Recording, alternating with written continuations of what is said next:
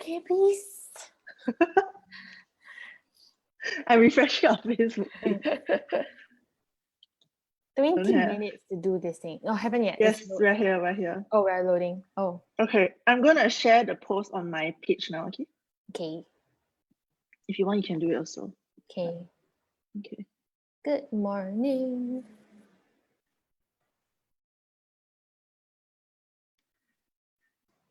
Okay.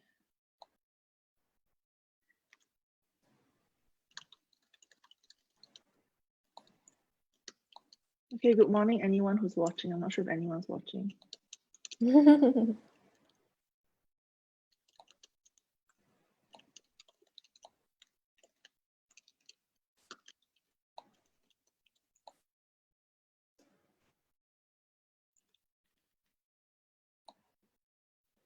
How come I can't share personal? Change the icon below the post to your Facebook. No wonder. Okay, don't worry. I already figured this out. Okay, I have posted. Okay, cool. Okay. Okay. All right. Okay, Kate, do you want to start? Okay, sure. I think let's just say a quick prayer. Okay, I feel like we need to pray this out.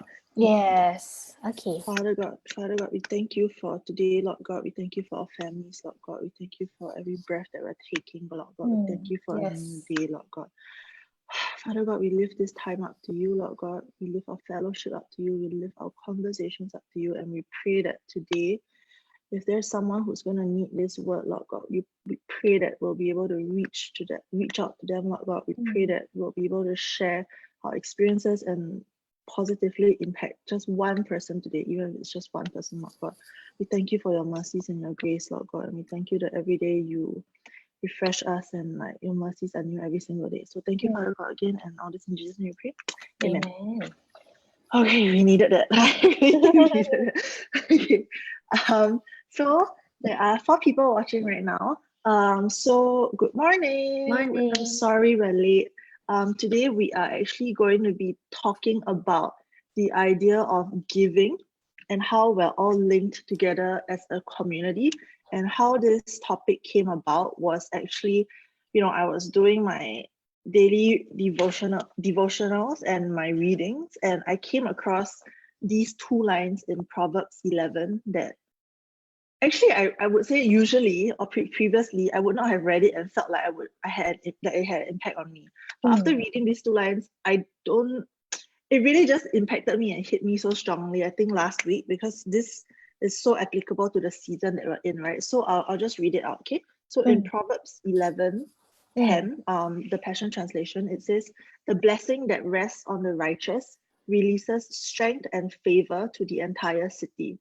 And Proverbs 11:11 says, "The blessing of favor resting upon the righteous influences a city to lift it higher, but wicked leaders tear it apart by their words," right? And I find it so strong because Proverbs 11:10 first says that even if it's just one person, one righteous person, right? As long as they have a blessing from God, they can actually release both strength and favor to the entire city. So how I read that is that whatever happens to you as a person, whatever happens at home, your personal journey with God has a direct influence on your impact in the world, right? And then Proverbs 11:11, it says like the blessing of favor resting upon that one righteous person as well can influence a city to lift it higher. I find that so strong because imagine just one person having a blessing and they can lift the entire city of Singapore higher. Do you know what I mean? And then I think the second part is also very important, that wicked leaders can tear it apart by their words. And it just shows you how powerful words are, that even words can tear apart an entire city, right? So I think the whole of last week, related to the previous conversation we had was, how can we create impact during this time of COVID, and what are you doing for the people around you, right? So I think our government has faced a lot of criticism the whole of last week about, how foreign workers are treated, etc.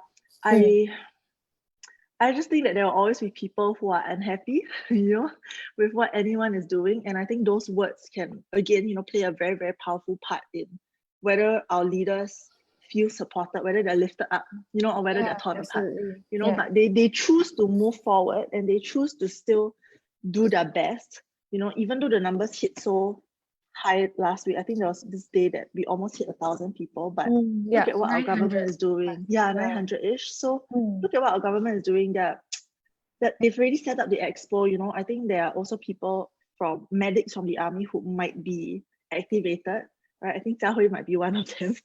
So depending on how the situation goes, like I really think they're doing their best. I think last week also I felt so encouraged because our church sends so much food and snacks to the way of the foreign workers, and we're also donating, and like we have a fund saved up, and we're also donating that fund and disbursing that fund out to members of the church who are in need, right?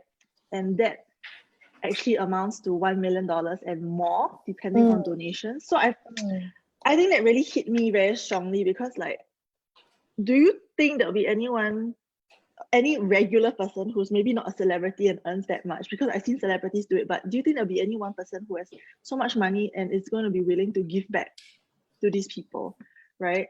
So I think those two lines really hit me, and I started to reflect on what I can do for Singapore. And I think something that we brought up, Jill, was that, I personally am not that financially secure right now. And it's been weighing on my heart a lot, right? Like, how do you balance it out, right? Is it only finances where you can support other people, or are there other forms that you can use lah? So I guess the whole of last week was just something. This was weighing on my heart, and I was just questioning myself lah. So I don't think I can support anyone financially right now, but I've decided that I can give my time back to other people. So a couple of weeks ago already, I started this, and I wanted to give my time to people to help them with their businesses, right? But I really enjoyed those. I had maybe almost 6 to 8 people already scheduled time with me, and I think and your goal was 2. Yeah, my goal was 2, right? So it's quite interesting. I hit my goal. I was very happy that I hit my goal, but I really wanted more. And then I think I shared this with you that even though it started from a good place, right? My thoughts went somewhere else because of my financial lack. My thoughts started to go down the path like, hey, I'm helping this person. Why am I helping this person for free? Right? And I find it so interesting because I started from the right place, but because these thoughts started to fill me, if I didn't control them, I would reach a point where I actually started to feel unhappy helping people. And then so one day I sat down and I asked God, why am I unhappy helping people? Do you know what I mean? And I realized that I really had to pay attention to my thoughts and be in control of my thoughts, so that I can be in control of how I look at a situation and how I feel about a situation, because it could have gone so badly in such a short period of time.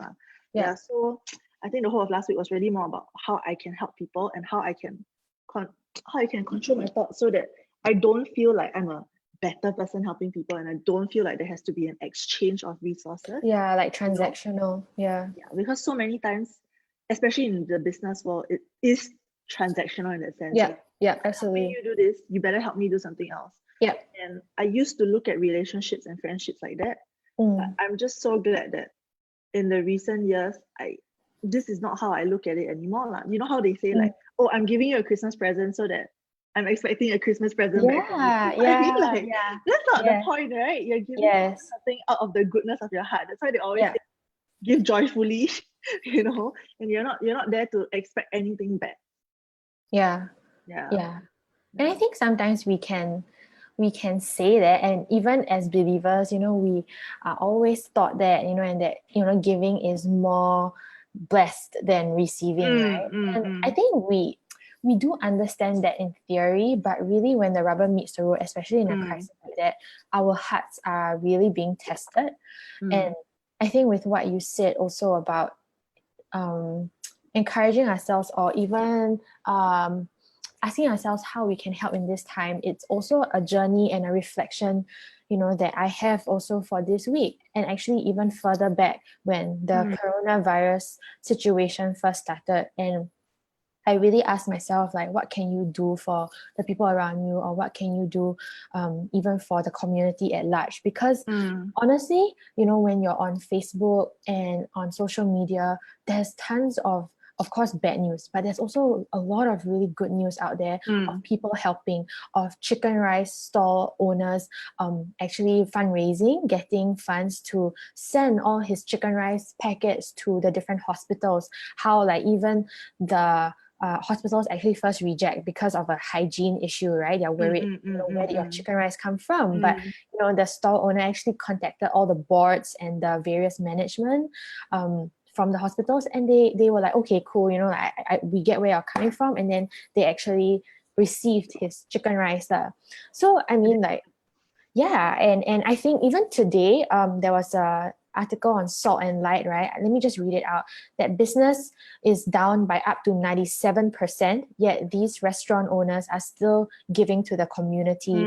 So they actually did a feature of a few restaurants that even though they are hit really bad by the situation, they still want to give, and I think that's something that even as Christians, we always learn, that even when we are in difficulty, when we don't feel like we have enough for ourselves, right, that we push the boundaries, right, and we learn to see things God's way and to actually give when we feel like we don't have enough, right? So I think we understand that in theory. And for me in this week, right, what I was challenged by is when I saw a few posts on Insta stories where people have been like sort of giving food deliveries to their friends, like arranging for food to people's houses, and like, wow, it's such a surprise. Like some people get ice cream, some people get like cupcakes and cakes and all that kind of stuff. And I'm like, when I saw these posts, I'm like, hey, what are you doing, And this question I've been asking myself from the very beginning because of John, he's 7 months. And I also feel that as a mom,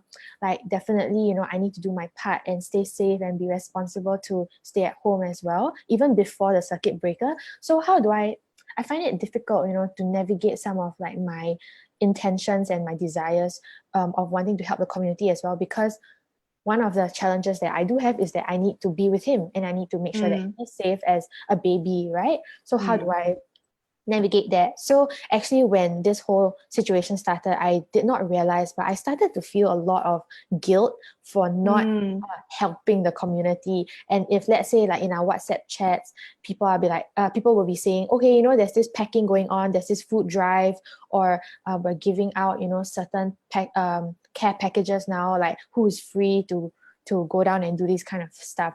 On a normal basis, I would definitely want to do it, right? Whether it's finding care for John and then going ahead, but many times I felt very pulled back in a certain sense. And I think that I didn't know how to navigate that also. So I started to feel like very like unworthy, and I'm like, why am I not doing anything for my community? So when I saw this Insta post, right, I just suddenly had an idea, that, oh, okay, maybe I can do something nice for the community. And what I suddenly thought about was to I have quite a few batches of dried flowers at home. And I just wanted to like put them in recycled bottles, and to sort of like ask people if there's anyone that they want to gift a bottle of flowers to, and then I'll just send it down for free. So in this time where most people are staying at home, at least, you get to kind of change up your house a little bit, have a bit of flowers, so that it's just nice to be at home. So while the idea is nice, I actually shared it with Jeremy, and I said like, hey Jeremy, I'm doing this thing, how should I manage the mechanics of it? How am I going to talk about it? How am I going to ask people to tell me who they want to send to, blah blah blah. And then he asked me this question, okay, what is your fave number? How many bottles of flowers do you want to send to people?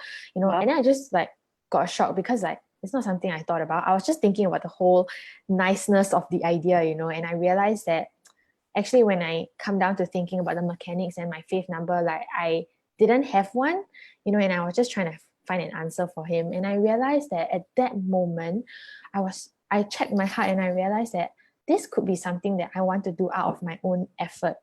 And I think in this time also we are thought to be very mindful about like our true intentions and to check our heart in this time as well, because what may seem nice on the outside, like a good idea, may just be something, right, that I want to do just to check off the list of like being a good person or impacting my community, and actually there may not be any real fruit to it. It's just a nice idea, but maybe people are not really going to be impacted. And what was I thinking about at the end of the day when I caught myself is that, oh, what if, this really happens? And then suddenly, like people will like mention, oh, wow, Jillian has this initiative. It's a cool initiative, like maybe you guys can also give a pot to someone else or a vase to someone else. So it's like, I realized that at the end of the day, when I look within my heart, right, that it was also for a feel good thing. It's led by the self. It's led by not my love for others, but to get recognized, and to say like, oh, I'm doing something also. And when I saw that in myself, I was so shocked, because like, it is really when the rubber meets the road, and I realized that, wow, even, during this time, out of all the good things that come out of it, the ugliness of our hearts can also show up.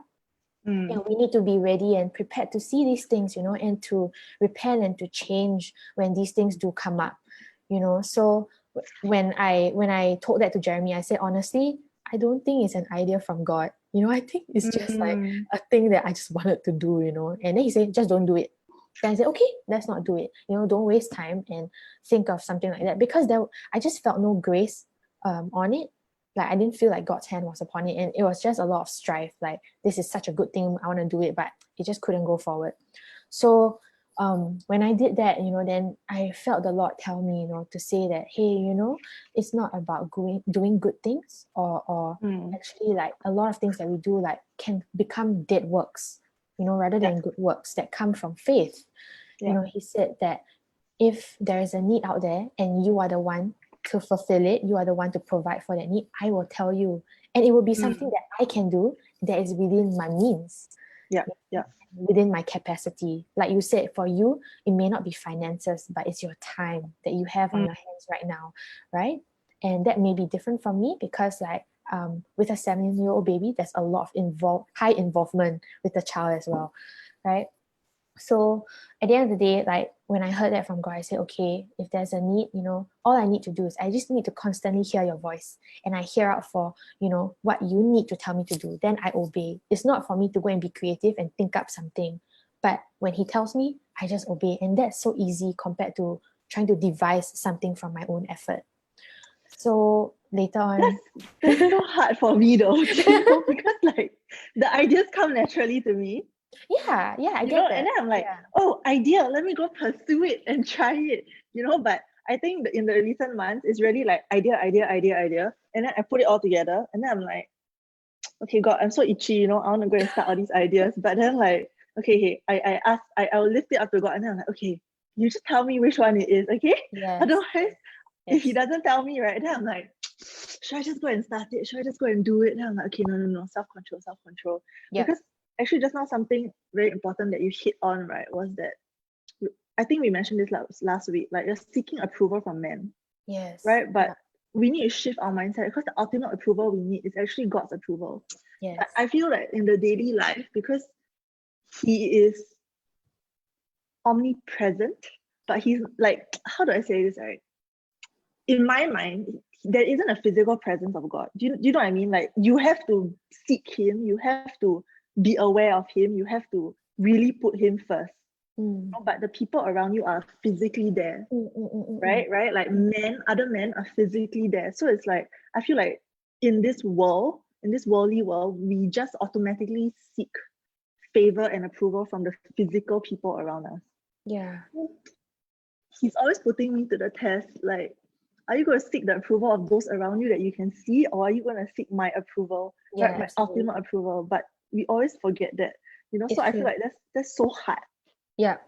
For me to like Yeah, and I think that's why, in the Bible it says that faith comes by hearing and hearing the word of God and not seeing, because like the eyes, whatever is that, even for babies, when they see shiny things, right, they get very excited, and it's like, wow, shiny things. So I think for us, very naturally, when we see things where we want to be led by it, emotionally or whatsoever. But hearing, right, it takes intention, it takes time to like, okay, I need to tune in and to hear, right? So it's the same as like how a lot of people use this analogy that, even though we don't feel God's presence physically and all of that, right? Like you don't see the wind, right? You never ever get to see the wind, but you see the effects of the wind. Yeah. See that, like, a tissue is like flying or flapping and all of that, and you understand that, oh, the wind is there. So if you don't look at the tissue or look around you to see the effects of God, then you won't see that he's there. But for us, we need to look at what he's doing, look at what people are doing around us in the community, and you realize that God is here, God is present, right? Yeah, and I think, to go back to the story also, after I said, God, okay, only if you tell me to do something, then I'll obey you. Instantly, he put someone's name in my heart, in my mind. And the next moment, I'm like, of course, I've been speaking to this person on a daily basis, almost on a daily basis. And I know that this person, needs help at this point, and like, how come, I would go through one whole circle, try to impact the community because I got inspired by social media, when this person is right before me and I can easily, stretch out a hand to do something for this person, immediately I'm like, okay, God, I want to obey you and I want to listen to, where you're leading me. And then the next morning, when I read my devotional, it was about giving, and I want to repeat this devotional because it's very powerful. And basically, in this devotional, it tells of a story of how a pastor was asking a congregation what you would do with $100. And different people in the congregation, of course, said different things, whether it was for themselves or if they were giving that $100 to another person. And then it came to this lady who then said that for $100, I would actually book a staycation for my kids. And on the surface, it sounds like, okay, it's just a holiday, right? But she said that this staycation is so that my kids, right, can have one night of rest without violence and abuse at home, and that really changed the whole story of why that $100 would mean the world to her, right? And from that moment, the pastor immediately took out $100 and gave it to her. Yeah, and for me at that point, how humans, right, we are so logical in the sense that, like, okay, then is it I'm supposed to give $100 to my friend, right? And then God stopped me there and say, this is not a method. It's not that we see something then we just do something, right? And so he was still teaching me, and then he said that, like, don't it's not $100, okay? But what I want you to do is to go talk to Jeremy about it. Because the background to this is that most of the time when I want to practice giving, a lot of times I just have it between myself and God, or like I just think up something and then I just do it. But I think God was also working on a relationship between Jeremy and me, where even as part of the giving gesture and all of that, right, we are to work as a team because we're a husband and wife. And if I do it by myself, the danger is that sometimes I'll feel like maybe I'm doing more than him, right? And then it comes with pride as well. So I think when I just did that, I said, okay, I will ask Jeremy. And then after that, when I asked him, the moment he said, yes, I want to give as well, and this is the amount that we want to give, the same amount that the set amount that he said was the same that was in my head. So there was like such an instant confirmation, right, that the Lord just didn't want me to go on this journey by myself. But now in reality, like, Jeremy and I needed to learn how to be teammates as well, because also now we're running a business together. So I think it really taught me so much, because comparing the flower vase situation of me wanting to give and impact my community, right? The whole idea and the whole goal of it all, right? It just led back to myself. It led back to like how I would gain the glory, or the people will take notice. But like when it came to this, it was like in seeking in wanting to obey what God says, right? Not only will the person that will be blessed get impacted. But it was impacting me and changing me at the same time. And it was like what my Uncle Martin calls a multi-fruit action, where like when we do something, there's more than one benefit from it, where in the end, like I also get to benefit from this whole lesson. And God is also teaching me another lesson of not just about impact, but also about relationship. And then I was like, wow, this is something that I really wanted to share, because like I think in this time we are also affected by it. And obviously as Christians, we are, not even just Christians, right? Like we are all now so urged to help the community to do something more. And even, the temporary relief fund of $500. A lot of people applied for it, and apparently because the government is so willing to give it out, right? Even some people actually commented on social media that it's like, wow, the government's so easy to cheat one meh, and literally lots of people actually just managed to get the $500. So but the beautiful thing after that, right, is that a lot of people that got it, I don't know why they had to do this, but they got it, and then they realized that, wow, I actually got it, and then I want to return back to the government. Really? Yes. So Sorry, instead, I don't read comments, and I stopped reading no, articles. it's interesting. It's just like, Yes, but it's so interesting that maybe it was a change of heart. Maybe they realized that, hey, now that I've gotten another 600 from the government, I don't need this 500, and I want to give it back. So whatever it is, I don't understand why they would apply for it and then return it. But I think like for every thing that happens, there's always two sides of it, whether good or bad, right? So I think like it's very interesting that even in this time of giving, we need to not just look at the actions, but look at the intent and the heart of the giving as well. Yeah. And it applies to all of us. Yeah. Whether no matter how little we have, especially it's like the parable of the talents, right? It's not how much you give. Yeah, but literally what you do with what you have. Yeah. Yeah, that's so true. Because just continuing on from that, I think that was such a great walk of faith, and it's so, I like seeing these multi-fruit actions. But no, this week I'm starting Monday off feeling very grateful, because the whole of last week, after our last conversation, I really spent it, ruminating on my thoughts and asking God a lot of questions. And I didn't really ask him for actionables in that sense. I didn't really ask him like, hey God, what should I do next? I really was in a time of reflection. But even in that time of reflection, I think a couple of small things happened that really encouraged me that, hey, don't give up. Like, I think we all have good and bad days, right? And last week it was really like, I just had to think it through, reflect on my life, reflect on my personal actions, but he still encouraged me. So just a side story on how that happened was that I think because of my financial situation and everything, I was actually thinking of renting out my second bedroom, because I was like, okay, I'll rent out the bedroom, make some money to support myself. But the thing was that I had a couple of cell members who are Malaysians. They added me to like 2-3 Facebook groups, just to find people to rent the room out to. And it didn't, I just started asking myself the question, like, okay, am I taking this into my own hands? Should I think I should ask God about it first. And I just felt like it wasn't sitting right, to have like a stranger come in my home, like nothing really felt right.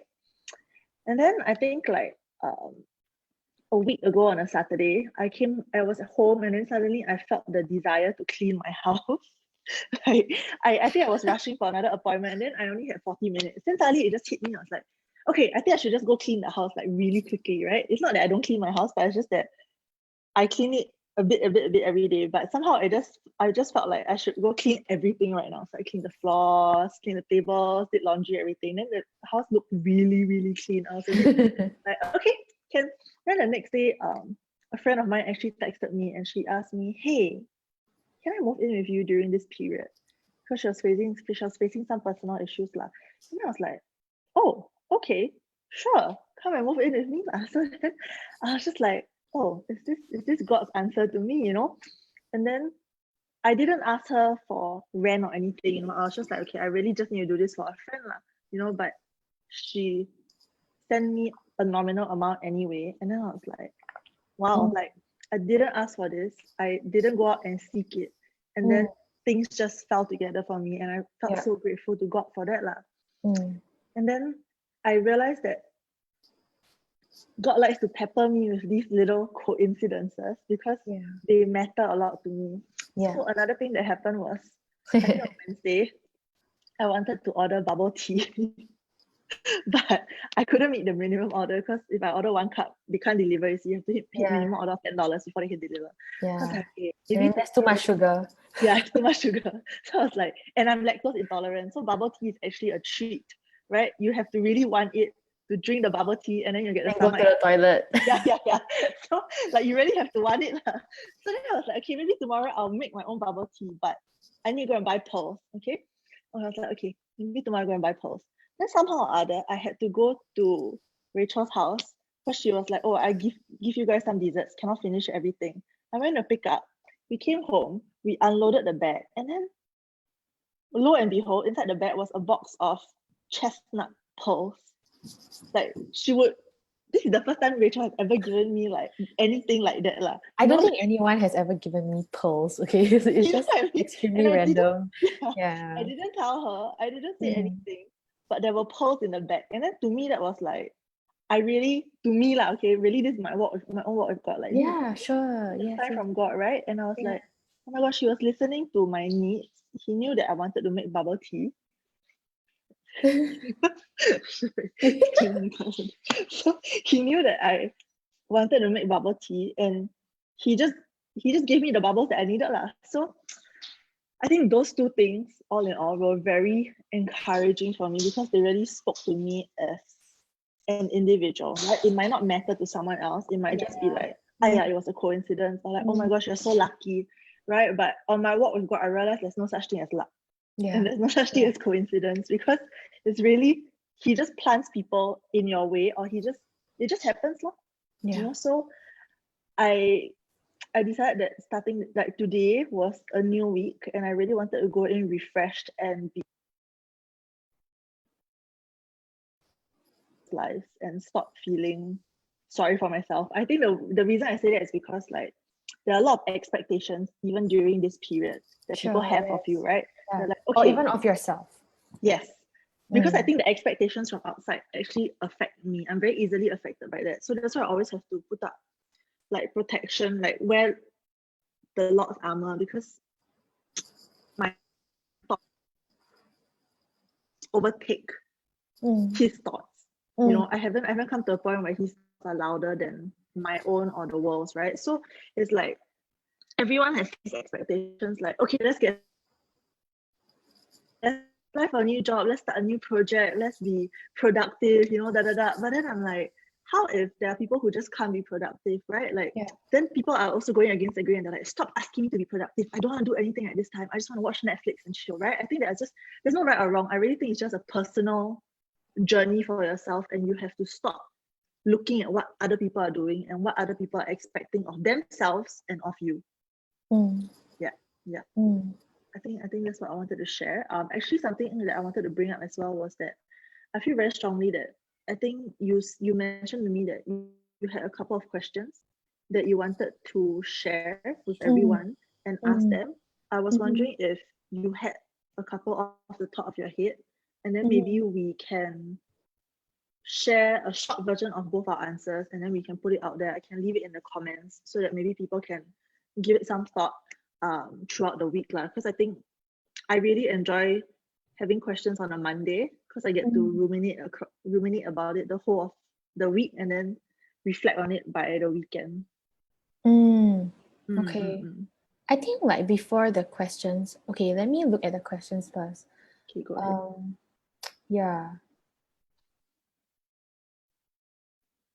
I guess I think when you are sharing all of these things as well, you know, I foresee that, you know, there may be, maybe if people are watching and some of them are, it's like maybe to some of us, like, oh, these issues are so small, compared to like what the world at large, is going through with the real virus, with the sickness and all of that, which is true. We don't want to downplay what the world is going through, right? And the real crisis, and the people who are, losing their family members or going through all these fear and anxiety, when they start to develop anything that's close to a pneumonia or whatever right now, right?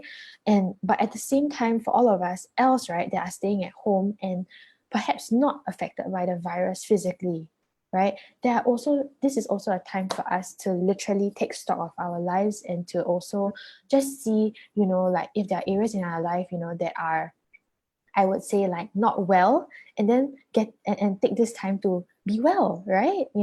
The sickness on the outside is only like a physical thing, right? But at the same time, a lot of us are going around living lives as if we are okay, but deep within us, there's so much sickness, so much like fear, struggles, and all of that. And if we don't take this time to also do that stop check of our lives, right, then are we gonna be different after this virus? If when this all ties over, are we going to be the same, or are we going to be forever changed by this experience in our whole lifetime, or even a few generations, right? I think it's such a rare experience. it's such a rare time to live in, and if we are to talk to the next generation, what are we going to say about the time that we live in? In the previous generation, some of our parents or grandparents, they had the war to talk about, World War II and all of that, and that has deeply impacted the way they think about life, how they do life, and all of that. And for us, will this experience leave us better or worse? I think that is the question. And I think when I shared some questions with you from one of the devotionals, I didn't really like think about it for myself as well, but I thought it was good questions to ask. So I think, like you said, this could be questions that we leave with ourselves as well as I read it out, and for us to reflect on the rest of the week. And that's how we As can you read it out, I shall type it out. yeah. Okay. So let me just read the entire screenshot. Okay. If I were to ask you whether or not you're free as in free inside, right? So there are some people who are, let's say, in the past, when I was working in a non-profit, like it was for prison work, so you understand that lots of people, they go to prison and, okay, you're confined by the space, right? But a lot of them, when you meet them inside, right, you look at your own life and you're like, actually, even within myself, right, sometimes I do feel like I'm in a prison, So like, I think this is a time for us to reflect on that. Sorry, Bill, I sidetrack. need to stop you. We have, hi Sam, thank you for watching us. We have a comment. Sam just left a comment about a minute ago. And he says, staying home more than 2 weeks and still going on, driving me crazy, feeling depressed, anxiety, how to overcome. Okay, let's ask some questions, and then these questions may be something that we can talk about and respond to Sam on that. Yeah? Okay. If I were to ask you whether or not you're free, you may be tempted to answer yes without giving it much thought. That's a lot of us, right? Yeah, I'm free, what? I'm not in a prison. But let me ask you this. Are you constantly battling with fear, lust, jealousy, hatred, bitterness, conceit, deceitfulness, a lack of faith, or discouragement? Are there habits in your life over which you have no or little control over? Are there certain environments and people you avoid because of an insecurity you cannot overcome? If you have answered yes to one or more of these questions, then you are not free. You don't have to be imprisoned to find yourself in handcuffs or behind bars. Sin has a way of entrapping us, keeping us in bondage, and the Lord never intended for us, to be in this bondage. So I think that what Sam say is so true, because like when we're at home, right, like literally everything from the skeletons in the closet actually all come out, and you also feel confined, as if you are confined, in a prison space, like, even though it's your own home, right? So I think when we start to feel certain things like fear, anxiety, or feel like we're going crazy, the next question right, to ask ourselves, right, is not to just ruminate in these emotions and feel it, and be overwhelmed by it, but really to ask yourself, why are you feeling this way? And what is the root cause of it? Because this may be the very time, right, that the Lord, right, is revealing to you a lot of things in your life that you need to patch back or start a firm foundation over, like rebuild the foundation in your life. So if you are at home and you're constantly facing your mom, your dad, or like your spouse, and you keep getting irritated, it's not that this time is making you irritated with the person. It's that this was already there, and the crisis is really like bringing out a lot of these things, because you are just now having increased time with all of these people. So number one, you can either choose to look at these emotions and say, hello, I see you, and I want to just experience you, all of it, the anxiety, the fear, and all of that. Or you can say, hey, I recognize that this is anxiety, I recognize that this is fear, but I want to overcome it. So like you can ask, the Lord. And even if you don't know Jesus in your life right now, you can ask him, right, that I want to receive you as my Lord and Savior, and that he will answer you. Because like the Lord says, like I stand at the door and knock. If anyone opens, the door, I will come to him. It's that easy, when you ask Jesus into your life, and then once you ask Jesus into your life, you have someone to talk to that will tell you what you can do to get rid of all these fears and anxieties, right? So I think like even in the example that we raised in both of our lives beforehand, like for me, it was like, I was battling with this guilt that I wasn't helping the community. I understand, okay, this is guilt that I'm facing. Should I be facing guilt if Jesus has died for me? No, I shouldn't. So why am I feeling like this? So I ask myself, why am I feeling like this? I get to the root of the issue of, oh, I want to seek the approval of people around me. And even if it's not even the real approval of people, is what I think, Yeah. It's like just because you post on Instagram, it's like the public, Yeah. So, I think, sorry.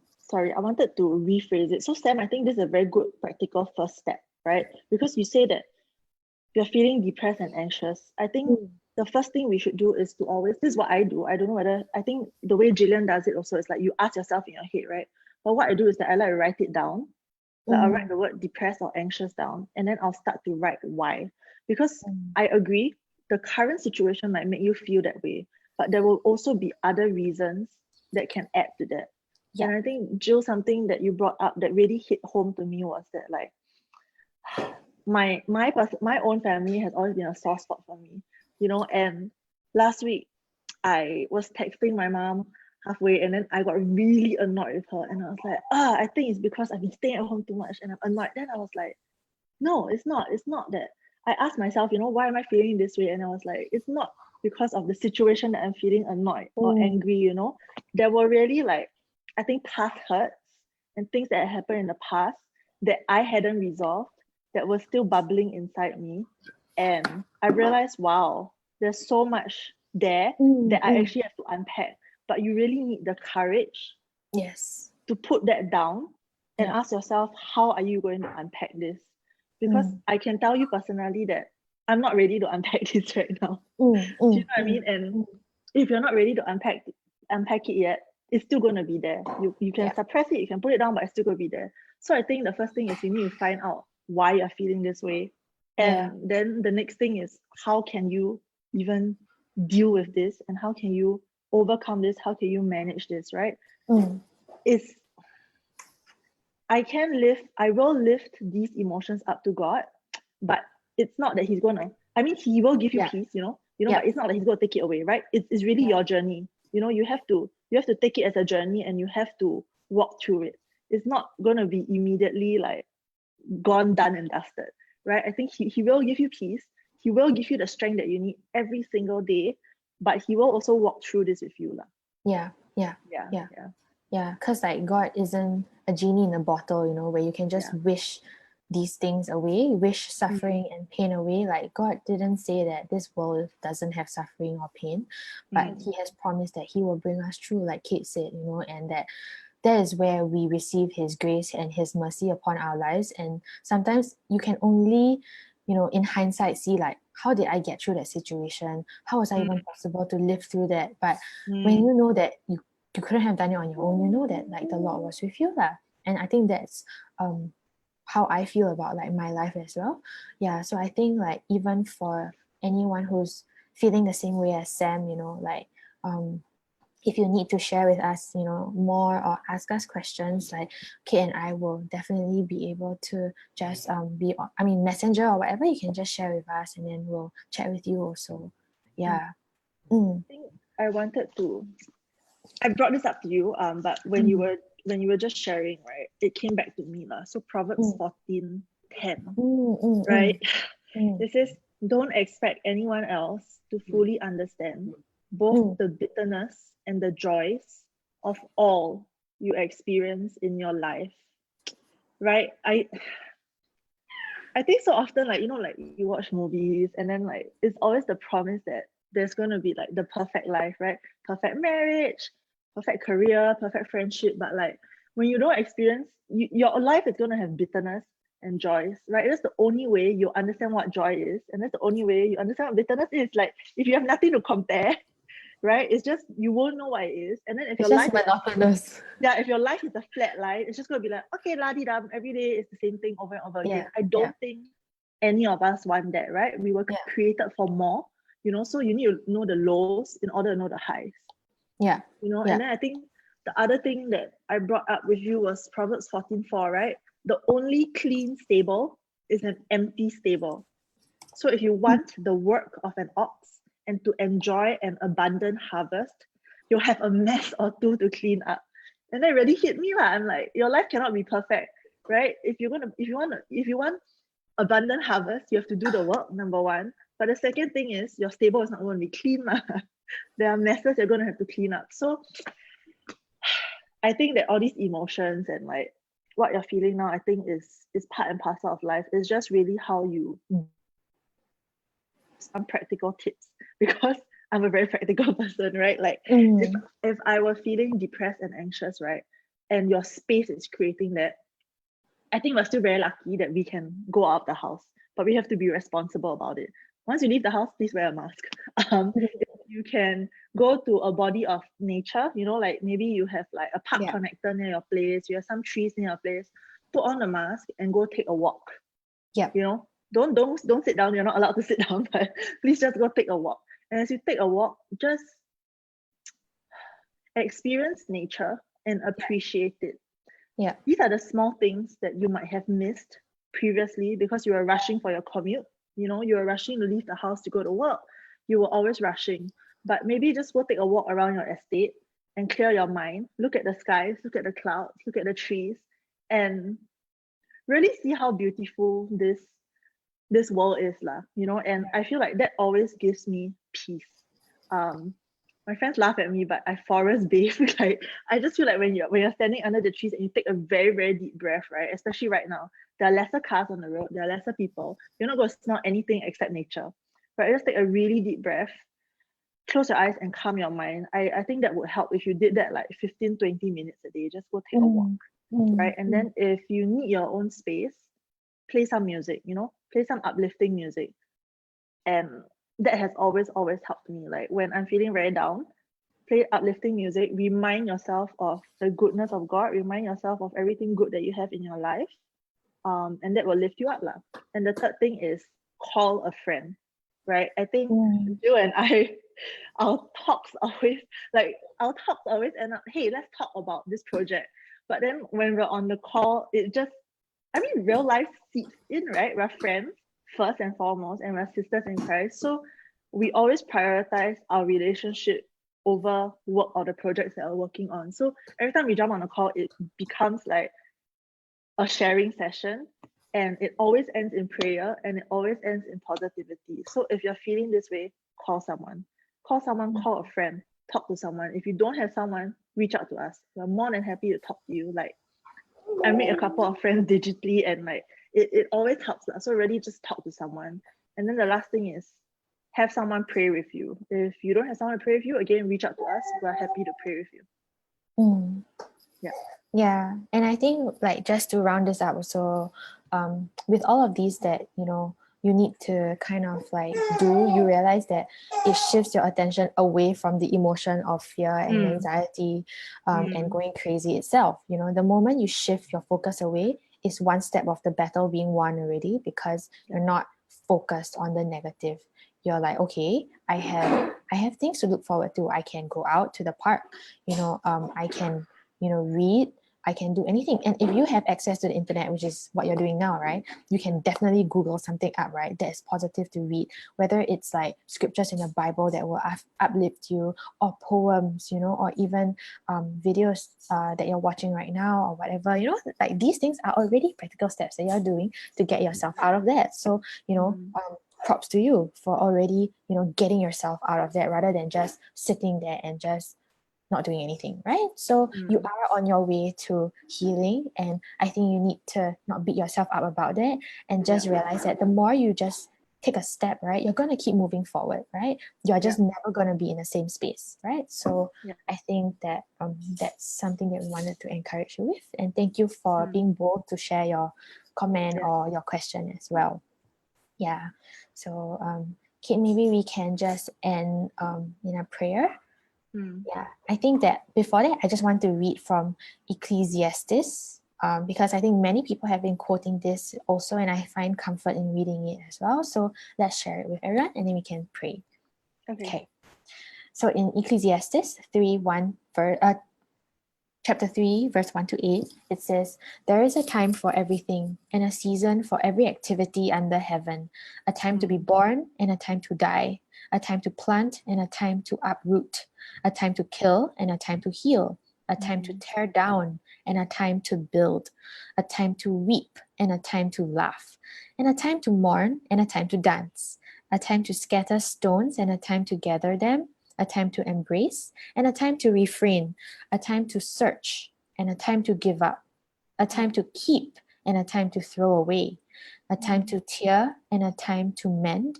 No, that's not tear, it's a time to tear. "And a time to mend, a time to be silent and a time to speak, a time to love and a time to hate, a time for war and a time for peace." Yeah, so that's what Ecclesiastes says. So Father God, we just want to come to you in prayer today, Lord, that we just so thank you, Father, for technology that's able to bring people together and to even just exponentially allow people to connect, even digitally without physical presence. But, sometimes we don't even need that, right? When we are one in spirit. So I just thank you, Father, Lord, that you have given us your word to be able to encourage us and even the relationships around us. I pray that for whoever is watching now or even later on, that, Lord, you bring to remembrance all the good things, that they can be grateful for in their life, the little and even the big, and even the milestones that, they have been through, whether they have seen that you have been part of it or not. Allow them to feel that gratefulness and the peace that comes from it, oh God. So I pray, Father, even for those, that are feeling just like Sam right now, feeling distraught, fear, anxiety, Father, I pray, Lord, that even through this journey, that you will meet them where they are at, and that you will show yourself so real to them, just like how you have shown yourself real to Kate and myself in our times of despair. I pray, Father God, like even for the situation with COVID right now, with many lockdown situations around the world being extended, I pray that there will not be fear, that will come from it, that even people will realize that in this time, there's so much that can be done in this time to self-care and to learn about you, God, and to learn about the people around them. It is also a time to heal and a time to rebuild foundations. So I pray, Father, that we will use this time wisely and also to be rejuvenated, that after the lockdown or the circuit breaker is over, that we will come from it, never the same again. And I pray all this in the name of Jesus. Amen. Amen. So good. Okay. Thanks everyone for watching. I think today is shorter than the first time, I think. About an hour. Oh, no. Good enough. Good enough. 10 minutes to an hour, so 15 minutes. We're trying to cut down to like 30 minutes or something. It's okay. This was meant to be. Okay. Okay. Bye, guys. See you again next week. For watching. Bye.